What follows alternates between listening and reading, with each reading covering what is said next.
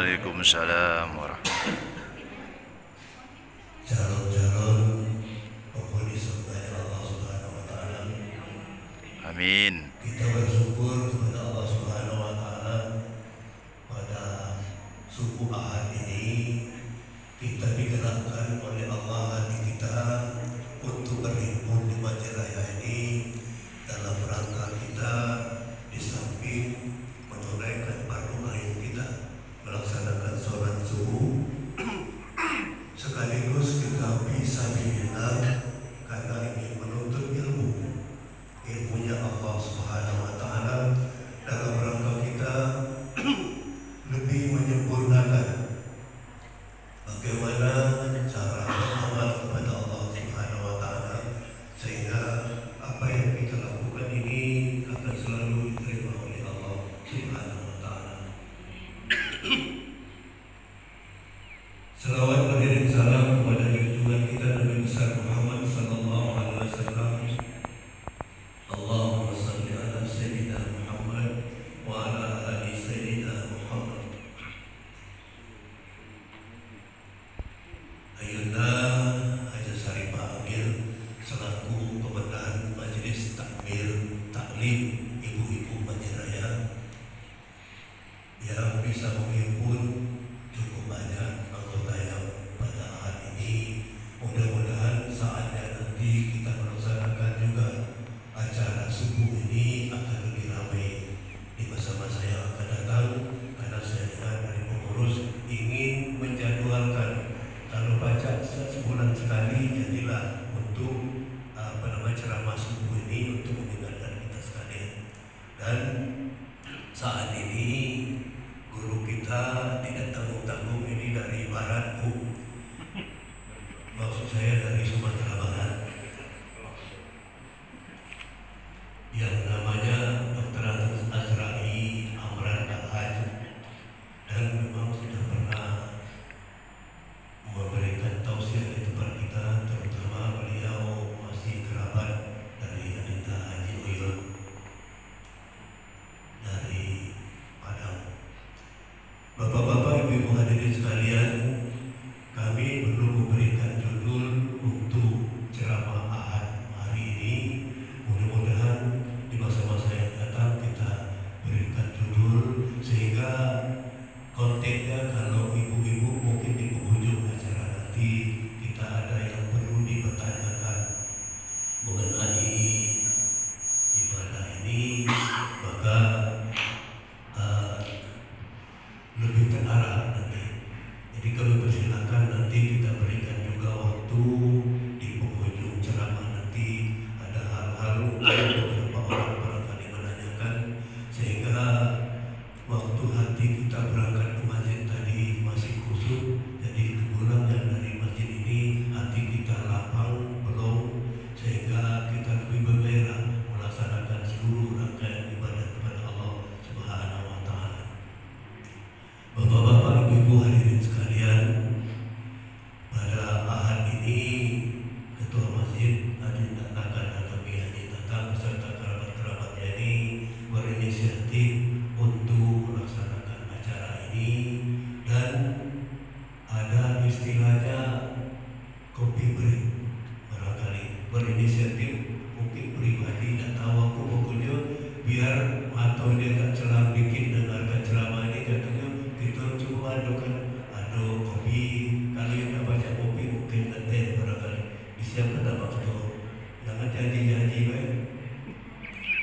Bapak-bapak, ibu-ibu hadirin sekalian, itu barangkali pengantar kata dari mewakili kita sekalian sebelum kita mendengarkan ceramah ini, dan kami mohon nanti Ustaz untuk memberikan ceramah seluas-luasnya, dan kami teringat untuk kita yang belum cukup biaya untuk umroh ini, nanti setelah kita acara ini ada surat suruh kalau tidak salah Pak Kiai, jadi katanya sambung adilahnya dengan haji dan umroh tamat, jadi sempurna.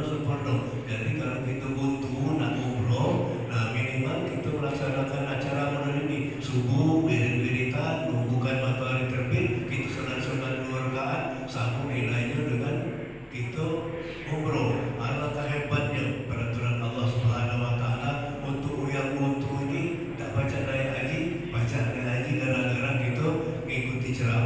sholat sunat 2 rakaat sebelum balik ke rumah masing-masing.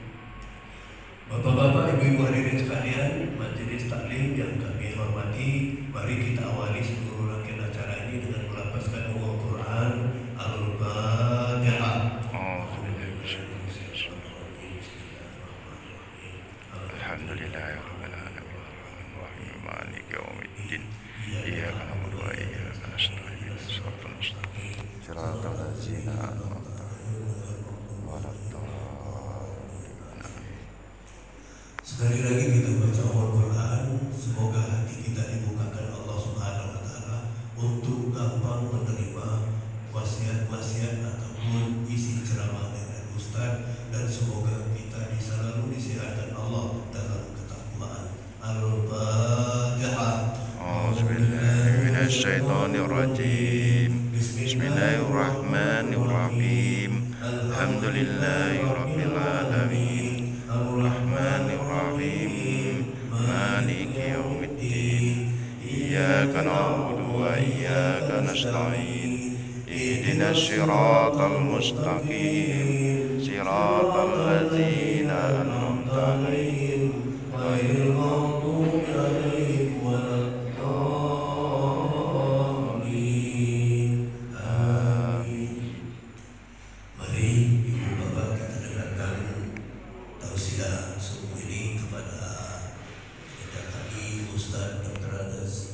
Azrahi Amran Al-Haj. Dipersilakan.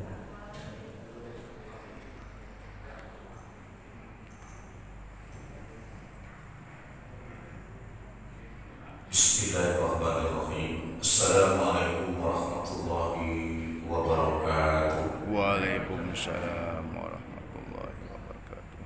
Alhamdulillah.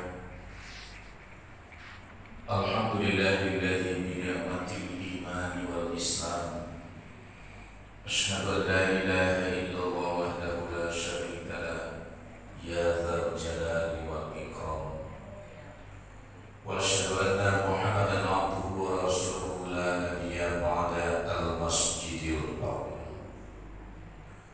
Allahumma shalli wa sallim ala sayyidil mursalin wa ala alihi wa sahbihi ajma'in. Amma ba'du, faqala Allah ta'ala fil Qur'anil Karim, a'udzu billahi minasyaitonir rajim, wa wasaynal insana biwalidayhi hamalas ummuhu wahnan ala wahnin wa fisaluhu fi 'amaini an ishkur li walidayka ilayyal masir. Sadaqallahul azim. Pertama-tama sebagai Allah yang betul-betul mendapat izin dan karunia-Nya pada pagi hari ini menjelang matahari terbit, khusus yang hadir di rumahnya ini, kita tentu bersyukur dengan ucapan Alhamdulillah. Karena apa? Kita tahu dihitung dari umur kita yang hadir, mungkin ada yang sudah 85 atau 90 atau sedikit sekali yang berumur 24 tahun, 20 tahun. Sekian lama kita bersujud kepada Allah, mana tahu pada hari ini ridho Allah turun kepada kita. Amin.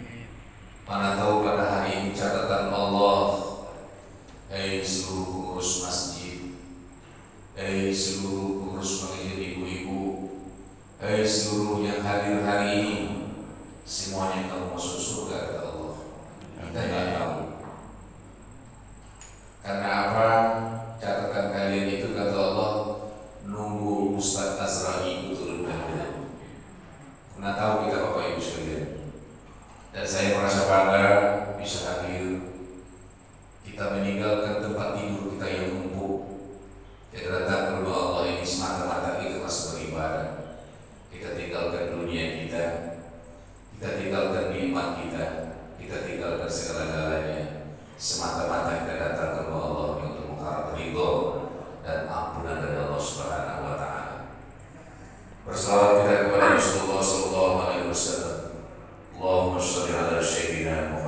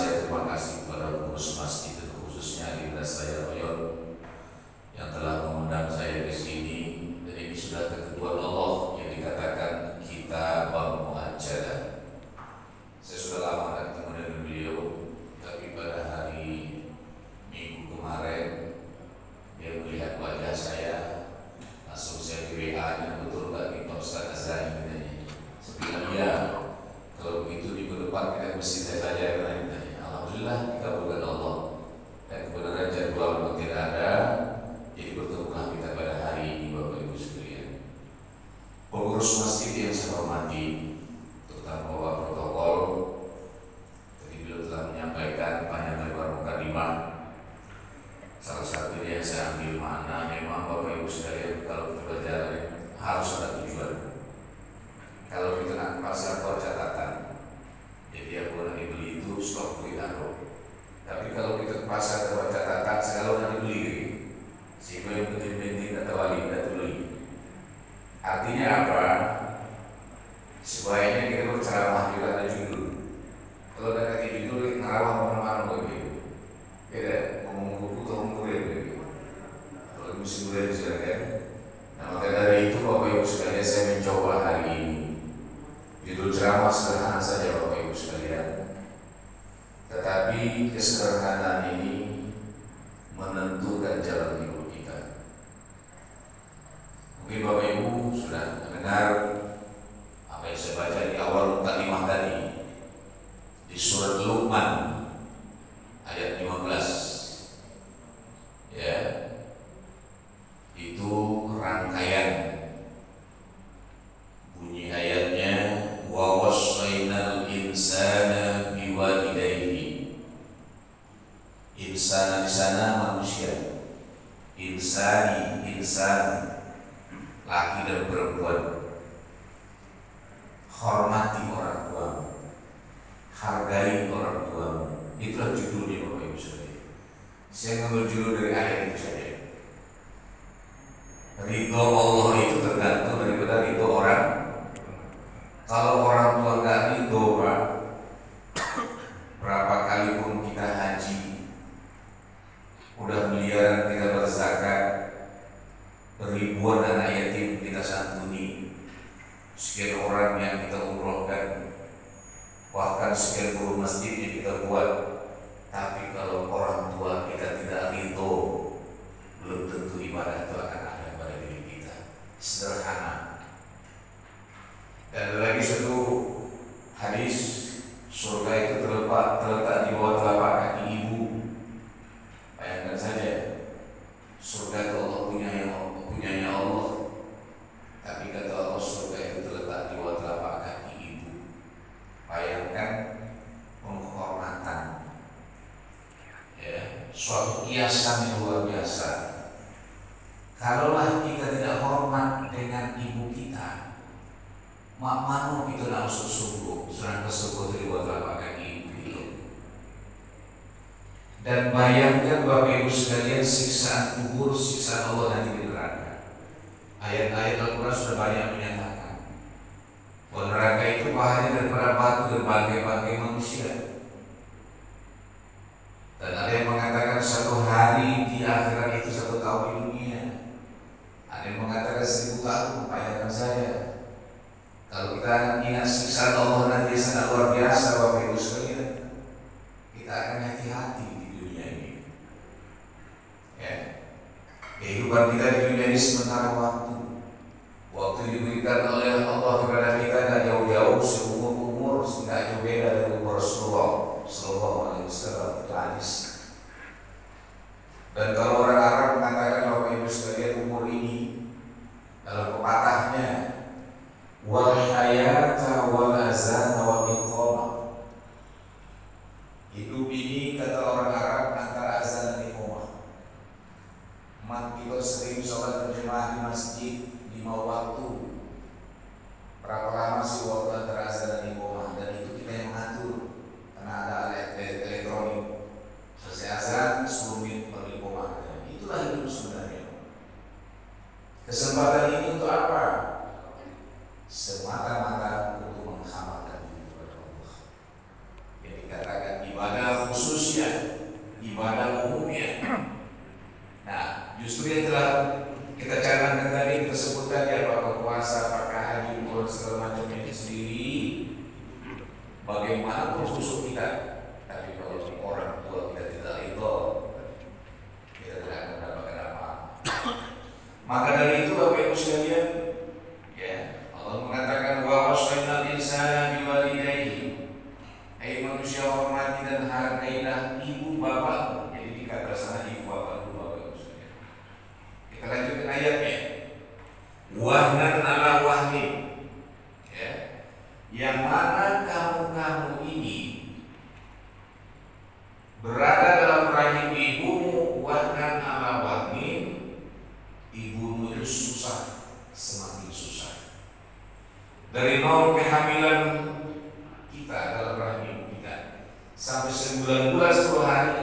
semakin berat. Itu dikatakan wahnan ala wahni. Saya kembali ke belakang sementara. Apa yang dikembalikan? Kita ini berada di 5 alam, Bapak Ibu sekalian. Ya. Alam yang pertama itu ruh, itu belum ada kita. Letaknya di mana? Di lauhul mahfuz sana. Begitu nikah orang tua kita, ayah dengan ibu kita, ya, di dalam perintah Allah dalam surat Tariq dikatakan surbi wa tara'i. Bapak kita punya yang namanya air surbi, air mani. Bertemu dengan rahim ibu kita, terjadilah apa nanti? Itu calon manusia. Begitu terjadi calon manusia, 4 bulan kita dalam rahim ibu kita, ditiup ruh yang di lahul mahfuz sana, calon dari roh kita itu ke dalam rahim ibu kita. Bergeraklah bayi itu, Bapak Ibu sekalian. Jadi bayi itu bergerak setelah 4 bulan, betul lah Bu? Setelah 4 bulan itu jadi Allah. Minimal, memang itu. Yang pertama bagaimana jodoh kita, bagaimana rezeki kita, dan bagaimana apa namanya akhir kehidupan kita. Jadi itu sudah dicetuskan oleh Allah.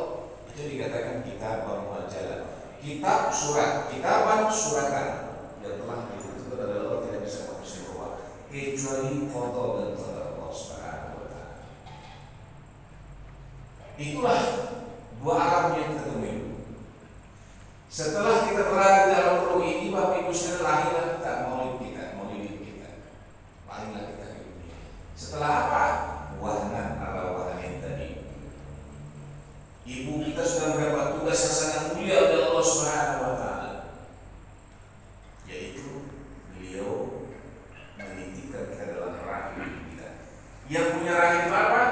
Yaitu ibu, Bapak Ibu sekalian. Itu baru 2 alam yang kita punya.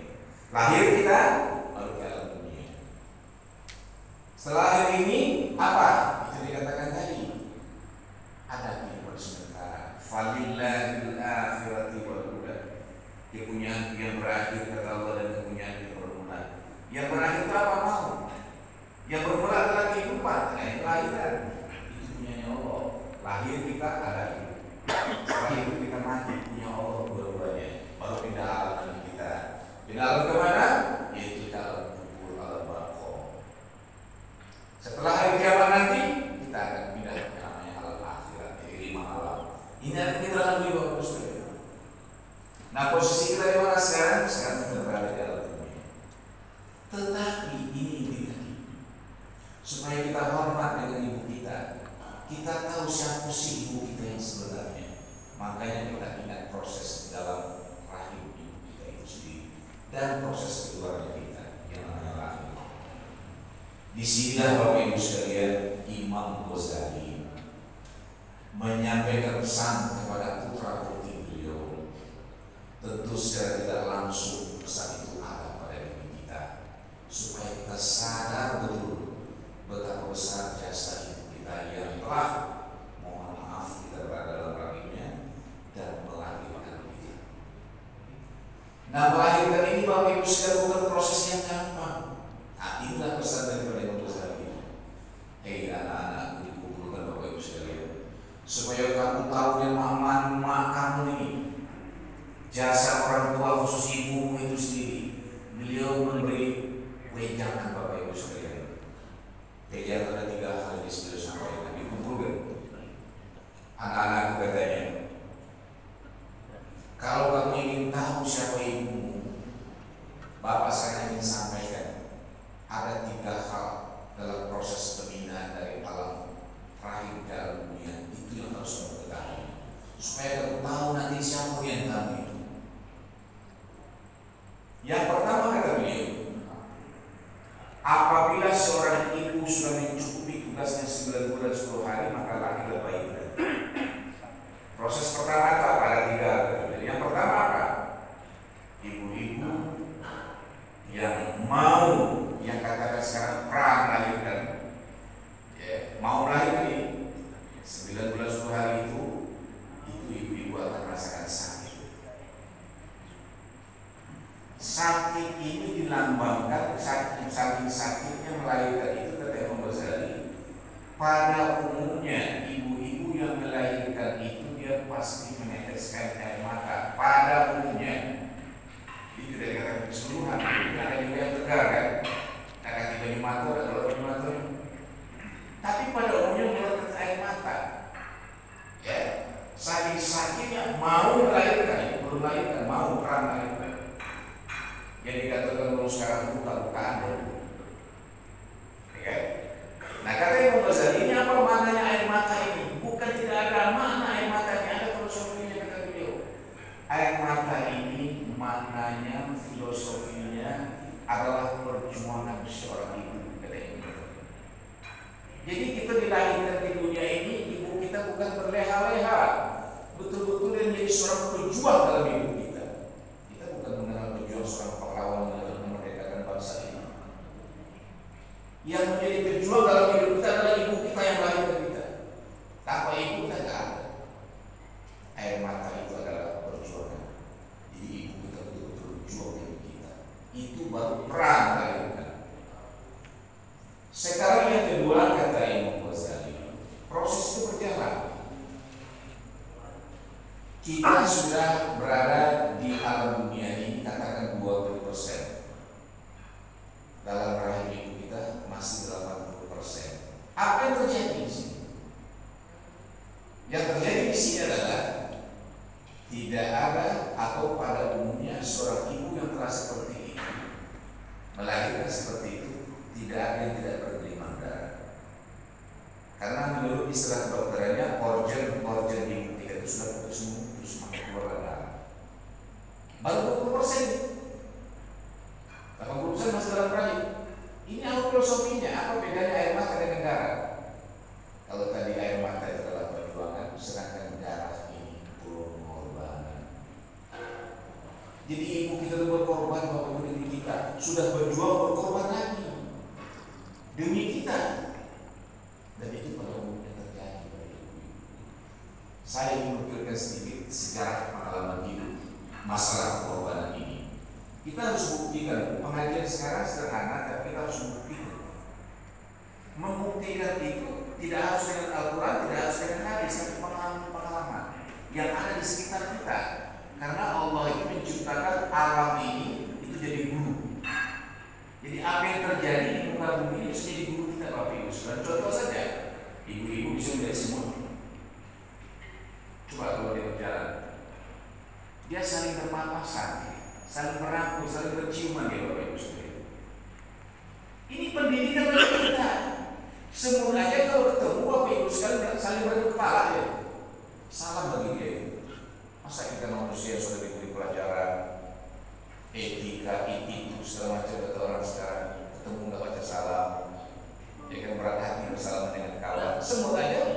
Ini contoh semua yang pelajaran bagi diri kita. Nah, ini lingkungan yang bagaimana ini Bapak Ibu sekalian? Membuktikan pengorbanan tadi. Nah, kebenaran ini kejadian pada teman saya. Peristiwa pengorbanan terjadi pada teman saya. Saya punya teman di tahun 95, Bapak Ibu sekalian, beliau wakil kepala Pengadilan Agama Setengah Surabaya. Beliau ini sudah 15 tahun nikah, belum dikaruniai anak. Tapi selama 15 tahun itu beliau, khusus istri beliau, senantiasa meminta kepada Allah, ya, meminta kepada Allah tak berhentinya setiap malam melaksanakan apa yang diperintahkan dari Allah yang hukumnya sunnah. Wa minal laili fatahajjat bihi nafilatan lak asa an yub'atsaka rabbuka maqaman mahmuda. Bila mendirikan salat tahajud tengah malam, Bapak Ibu sekalian, maqaman mahmuda itu ingin mengharapkan kepada Allah diangkat derajat kita. Itu maqaman mahmuda. Kalau makam itu kuburan, diangkat derajatnya bagaimana? Ingin pangkat, oke. Ingin kekayaan, silakan, kata Allah, termasuk keturunan.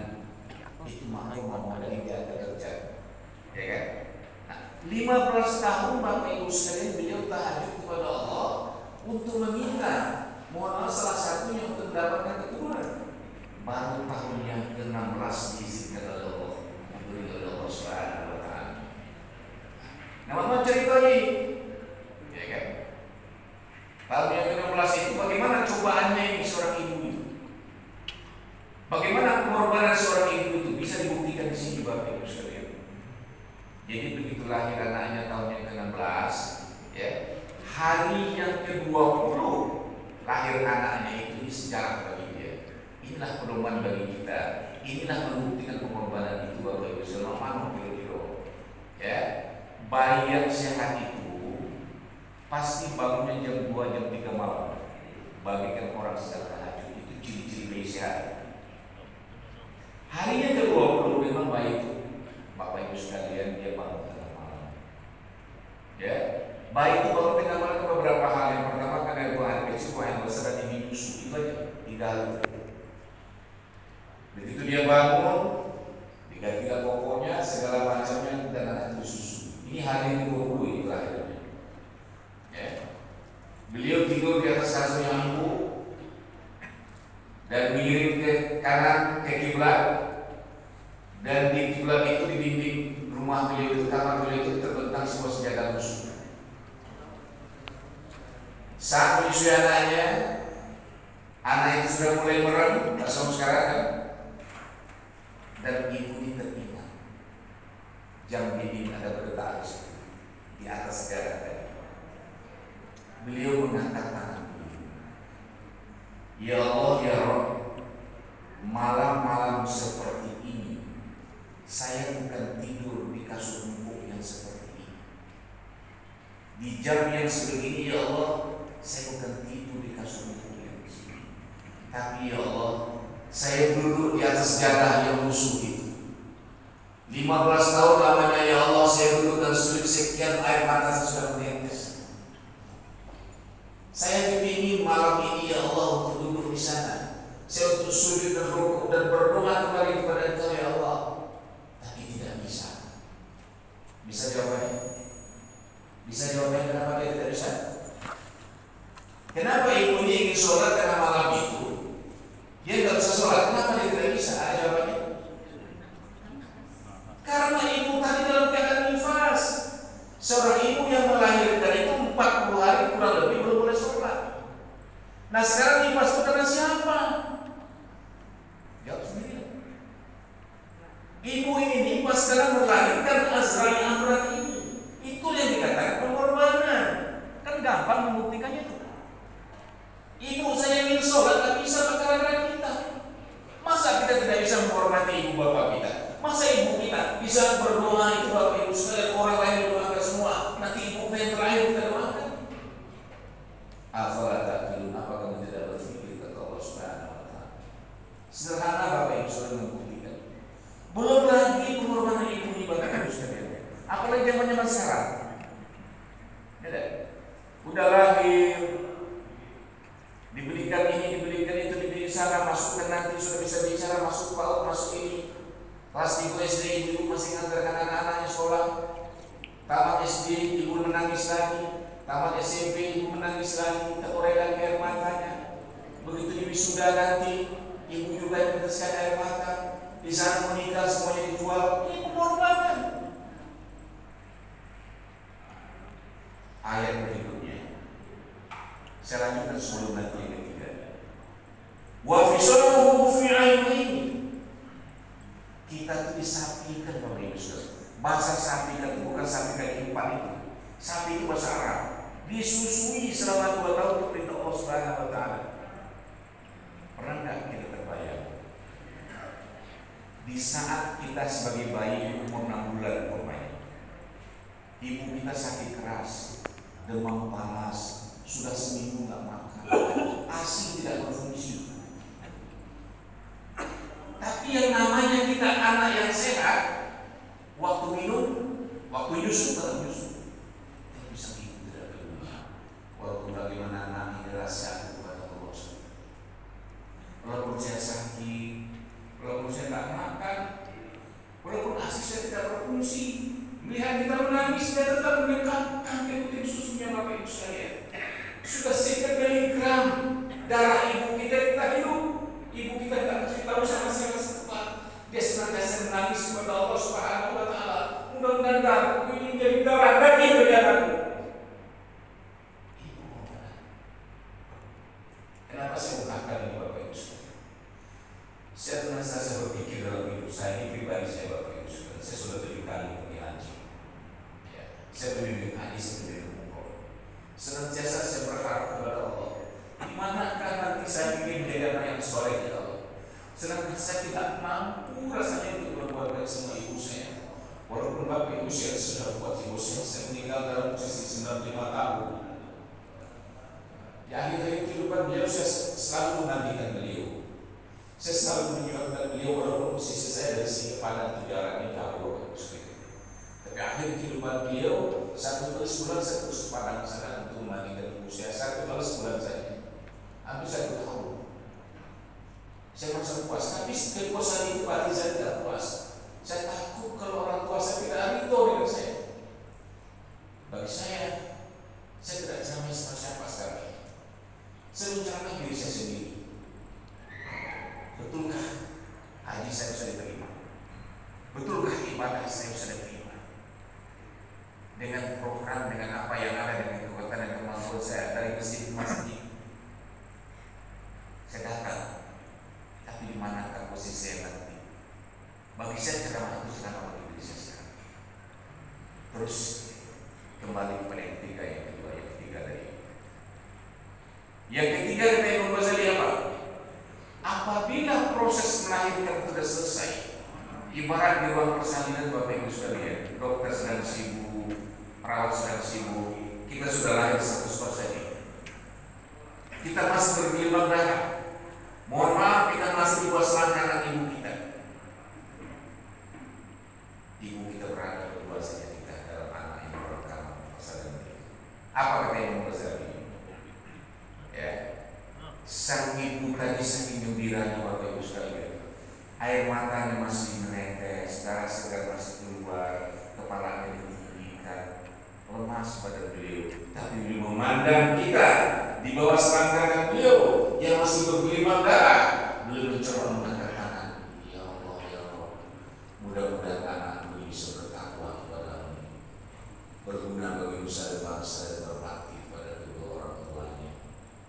Kata Imam Ghazali, hei anak-anakku yang mendoakan kalian yang pertama bukan apa, bukan ayah, bukan papa, bukan papi, tapi yang mendoakan kalian yang pertama-tama adalah umimu, adalah amamu, adalah ibumu, adalah mamamu, kata beliau. Makanya doa ibu sepanjang jalan Bapak Ibu sekalian. Janganlah sampai mati sebagai seorang anak yang sebenarnya. Keberhasilan manusia, penelitian manusia, baik yang mengucapkan dua kalimat syahadat maksud kami.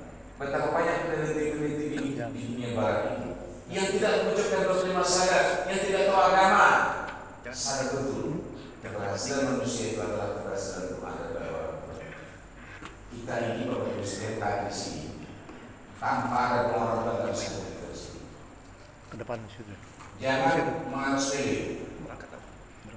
Tanpa ada orang tua kita, orang tua itu Bapak Ibu sekalian sakit, ya, beliau gembira tetap yang memakai kita, dia bangga.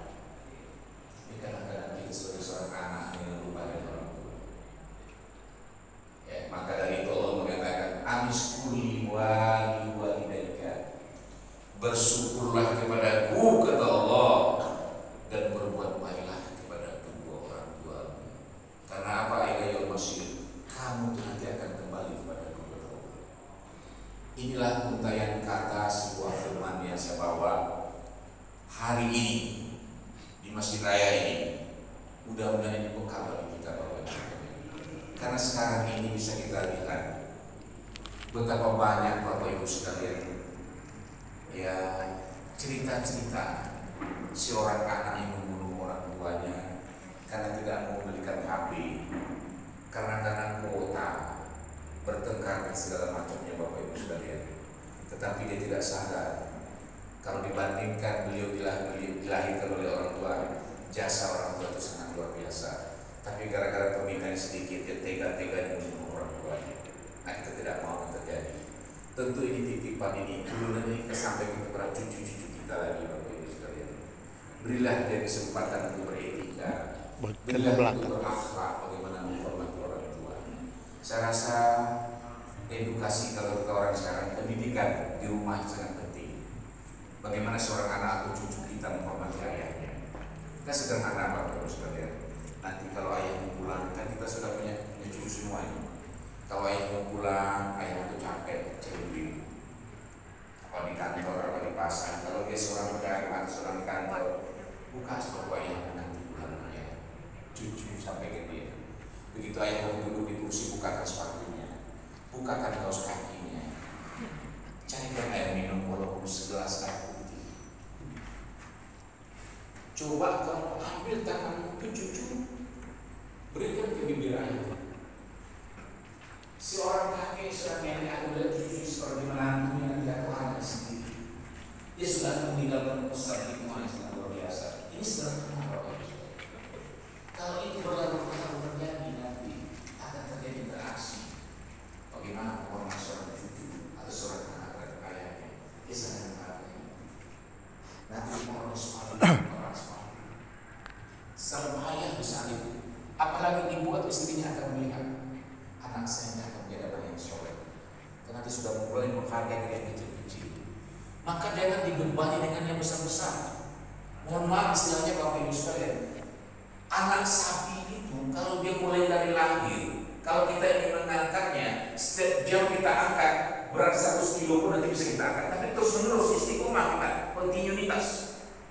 Tapi jangan mengangkat anak bayi atau sapi itu setelah berat 50 kg, tidak terangkat ya. Tapi angkatlah terus menerus. Begitu dia lahir hari pertama mungkin beratnya 5 kg. Hari itu kita angkat terus. Naik. Kita akan beri kekuatan dari Allah. Allah memberi kekuatan sama kita.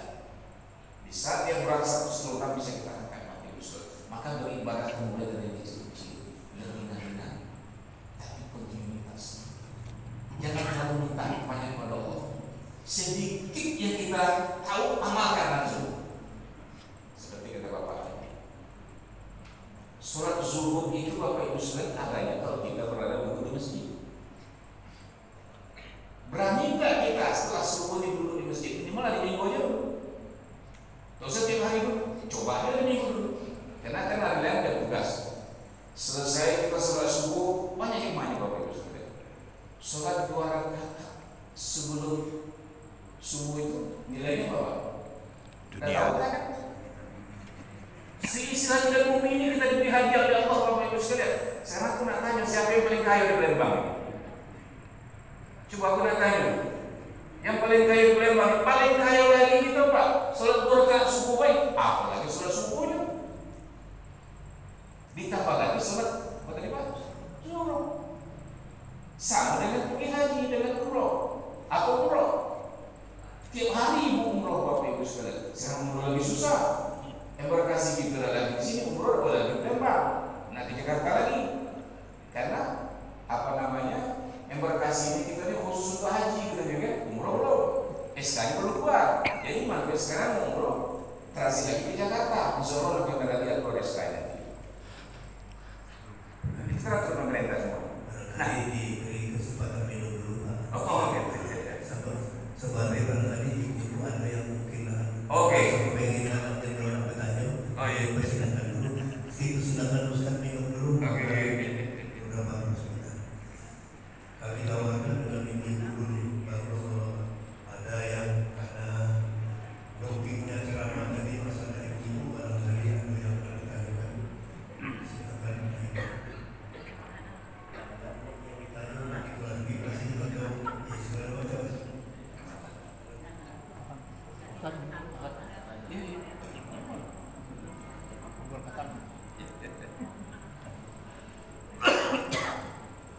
Assalamualaikum warahmatullahi wabarakatuh. Waalaikumsalam warahmatullahi Bapak Haji Al-Zahid yang kami hormati, yang mana dalam hal ini kami sangat berterima kasih. Cuman sangat disayangkan kita ini jemaahnya kurang anak-anak muda. Sebab kami yang sudah tua, yang sudah menjadi nenek-nenek ini menerimanya apa adanya. Soalnya sudah kami alami semua. Hanya kepada yang segini. Tapi alhamdulillah syukur kalau kita bisa mendidiknya, insya Allah bagus semua. Dan mudah-mudahan dia berpikir bagaimana susah payahnya seorang tua mengurus mereka. Jadi dalam hal ini alhamdulillah telah kita rasakan bersama kebahagiaan kita bersama anak cucu kita, dan semoga Allah selalu memberkatinya. Amin ya rabbal alamin. Dalam hal ini lagi saya menyatakan terima kasih kepada bapak-bapak, terutama kepada bapak penceramah yang mana telah menjadikan pengalaman pedoman yang mana anak itu harus mau tak mau mengurusin orang tuanya dari dia sehat sampai dia sakit, sampai dia tidak ada. Alhamdulillah, alhamdulillah, alhamdulillah rabbil alamin. Wassalamualaikum warahmatullahi wabarakatuh. Waalaikumsalam warahmatullahi wabarakatuh. Terima kasih Zaidan. Kalau untuk air minumnya kita bagi atau yang minum atau makan atau macam-macam. Silakan Ibu. Jadi kita pindah dulu ke bapak-bapak kalau dia nanya. Sementara ini tadi merupakan komentar dan harapan dari Ketua Majelis Taklim Madiraya. Kalau mendengar yang dikatakan Ayunda tadi, Pak Mano Ustaz yang mau nitipkan maknyo di Batu Erta. Maknanya lo, kalau memang nanti anak karena ayat jadi soal yang ini anaknya kakak kayu, tapi dititip dulu ke Pati apa penitipan orang tua ya. Kira-kira menurut pandangan Islam atau Islam ini kira-kira nanti bapak-bapak dulu silakan. Baik, pertama terima kasih kepada Ibu yang menyampaikan penghargaan, apresiasi. Yang kedua, pertanyaan dari Bapak tadi, mana kalau kita titipkan mak itu atau bapak itu ke panti asuhan intinya, karena kita di ruang kali ya, dalam ruang, jadi mak itu kita anggap simo gitu. Karena kita punya uang, di sekalian segala-gala itu bisa selesai dengan uang. Inilah perbedaan pola berpikir orang yang beriman dengan pola berpikir liberal. Ada satu paham di Indonesia, saya tidak menyebutkan paham apa, ya, itu haram hukumnya mendirikan panti asuhan sekadar pendidikan orang tua, haram hukumnya. Ini saya tidak katakan dari agama apa, paham apa itu, karena ini melanggar apa yang telah diberikan oleh Allah kepada seorang anak. Sebab apa? Di sini akan terjadi dinasti. Menitipkan itu kan pasti ada upah. Kalau udah kaya mana ada upah? Satu. Yang kedua, membuat manusia itu yang punya uang tadi dia lepas jeratan dunia saja menurut dia. Karena orang tuanya sudah ada yang ngurus, yang penting aku berbeda. Bukan itu ajaran benar agama. Nah inilah yang terjadi Bapak Ibu sekalian di negara-negara barat. Dia bangga, yang penting berapa nanti dia akan ketemu bikin kontrak juga, bikin kontrak di notaris. Ini ibu saya umur 90 tahun, ini uangnya sekian miliar, saya ketemu nanti 5 tahun yang akan datang. Yang penting mah aku diberes. Kan itu kontrak. Kontrak kita dengan Allah bukan demikian Bapak Ibu sekalian. Aniskuli walidai, bersyukurlah kepada aku dan berbuat baik kepada orang tua selama-lamanya. Tidak ada kontrak. Kontrak mati kita kontrak terus dengan orang tua Bapak Ibu sekalian. Rabbi suli walidayya warhamhuma kama rabbayani shaghira. Itu kontrak mati kita, Pak. Tapi kalau kontrak kerja dengan notaris tadi, ini uang 1 miliar, ibu saya 5 tahun sehat ya, saya 5 tahun nanti akan ketemu dengan dia. Tahu-tahu 3 tahun berikut mati, wah, habis kontrak katanya. tulis kontrak 5 tahun, ibunya meninggal 5 tahun Pak. Dia nggak didatanginya itu. Tidak wajib dia datang sesuai dengan kontrak notaris. Padahal kita Pak, ya selesai sholat wajib itu doa yang paling makbul adalah orang baru. Itu kontrak kita dari pokok itu beda dari orang Muslim. Nah, berbicara masalah hukum, saya tidak jelas. Kita bukan menjustis kata orang, jelas ini anak durhaka. Menitipkan kepada panti asuhan orang tua kita, walaupun kita beruang, ya ini saya rasa tidak etis secara etik orang tua. Apalagi kalau kita berbicara agama, banyak nasnya yang menyalahkan itu. Jadi kita tidak menginginkan Bapak Ibu sekalian, saya tidak mengatakan haram, tapi kita sebagai seorang anak itu tidak mempunyai pandangan ke depan sebagai anak soleh, anak yang beramal soleh Bapak Ibu sekalian. Ya, karena sakit orang tua kita itu bisa melahirkan kata-kata tadi tidak akan terbayar oleh kita Bapak Ibu sekalian. Tidak ada hadis mengatakan seorang anak soleh bisa membalas jasa orang ini, orang berdarah. Yang ada berbuat baik terus menerus sampai akhir hayat kita. Tidak akan bisa kita membalas jasa orang tua kita. Bahkan Umar pernah mengatakan, kamu coba menunggu emas dari ibumu tidak akan bisa membalas jasa ibumu. Jadi coba bayangkan, masa kita bangga dengan itu orang tua kita di panti Bapak Ibu sekalian. Ya, 1 menit itu jawabannya Pak. Karena ini sudah jam 6 ya Pak ya. Pengunjung. Ya, pengunjung. Kesempatan. Kalau ada bisa dalam satu lagi, bapak-bapak ada.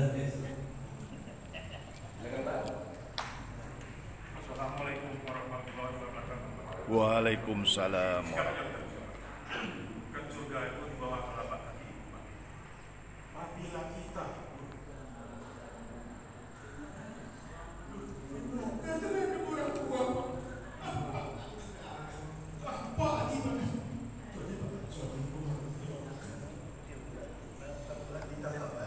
jadi begini Bapak Ibu sekalian, yakinlah sikap emosional yang datang seketika atau mendengar dari himbauan ajakan-ajakan Allah itu adalah satu pertanda bahwa kesalahan kekhilafan kita dilihat oleh Allah, terutama menimpa dari kita. Disitulah apa yang harus berbuat.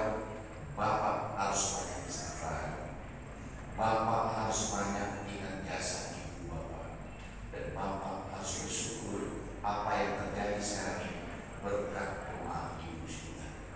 Yakinlah Pak, perasaan seperti itu semua kita akan merasakan.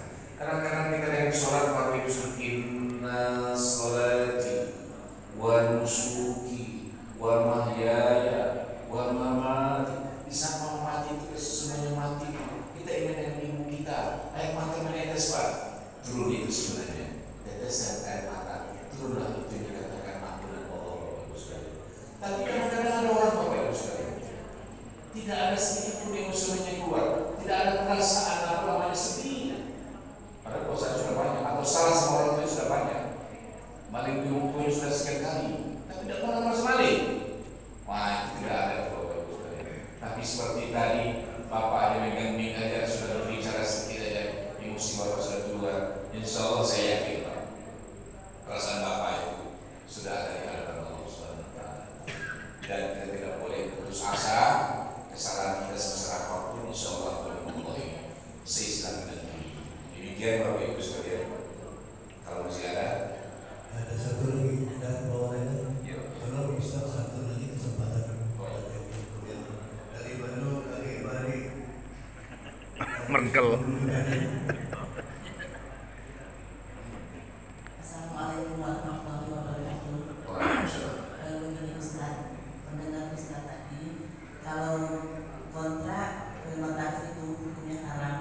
Yang saya ingin tanyakan Ustaz, gimana kalau seorang anak itu berada di luar kota, sedangkan ibunya di kota yang lain, tetapi anak tersebut tidak bisa berbakti kepada orang tuanya dengan langsung, tapi dia memberi supir, memberi pembantu untuk mencukupi ibu tersebut. Apakah itu termasuk haram atau kurang berbakti? Karena dia juga bekerja, Jadi dia dituntut dengan pekerjaan dan tanggung jawab, sehingga dia tidak bisa memberikan tanggung jawabnya kepada ibunya.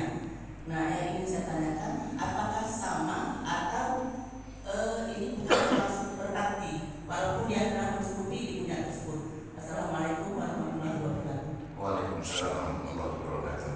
Sudah bisa ditangkap Ustaz? Bisa. Jadi soalnya mungkin di Palembang ini tahu-tahu maknya di Indramayu.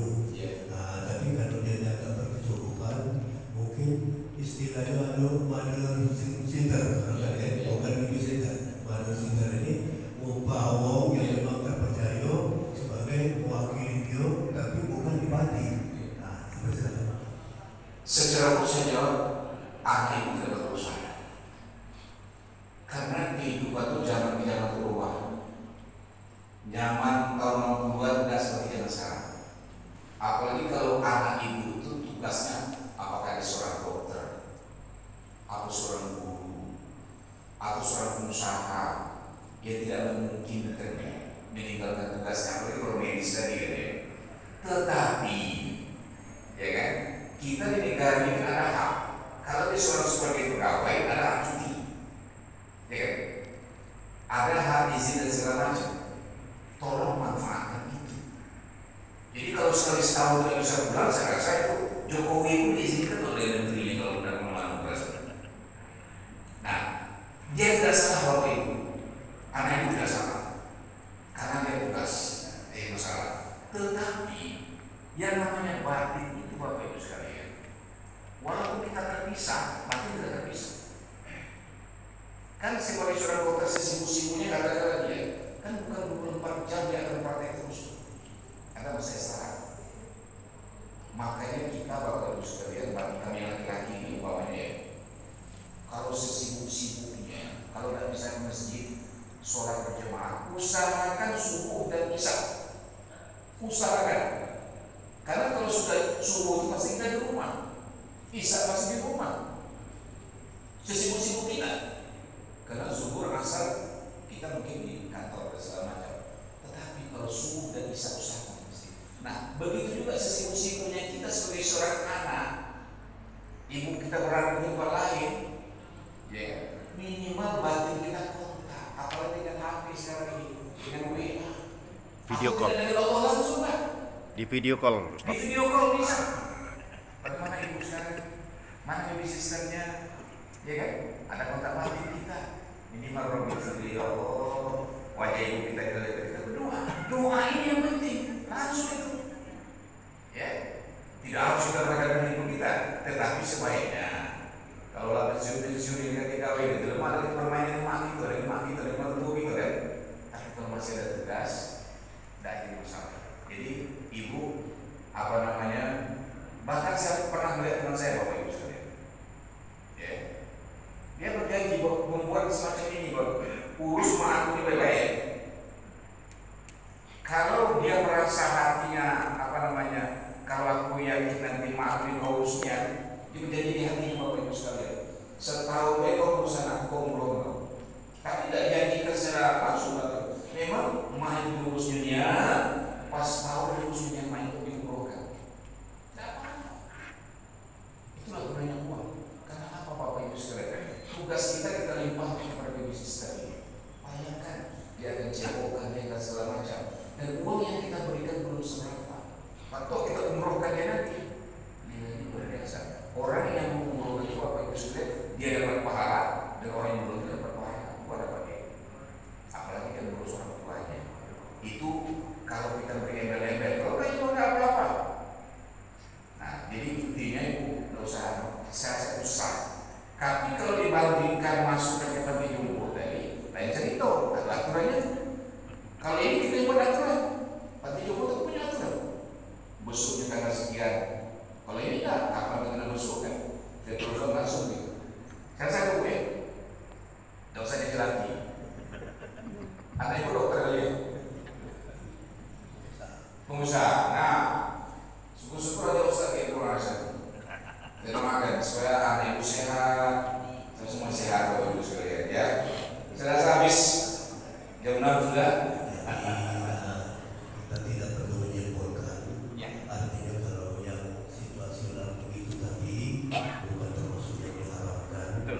silaturahim tetap berlangsung dengan tubuh kita. Mungkin setahun sekali memang kemudian memang diterima Pak Ibu. Mak itu ini lemak lagi rumah dia daripada rumah itu. Kadang-kadang belum seminggu nak balik. Ini pengalaman kita masing-masing. Tak kalah. Mungkin itu 2 kali itu juga tak kalah. Perlunya anak masih gereja dan itulah. Ini memang diterima. Jadi mudah-mudahan apa yang kita sampaikan kita dengarkan mencerahkan hati kita sekalian. Nah, satu pertanyaan kami dari mewakili pengurus ini, kira-kira ceramah subuh ini yang sebulan sekali ini nggak kita teruskan atau tidak? Nggak terus untuk barang pemikiran pengurus masuk ke dalam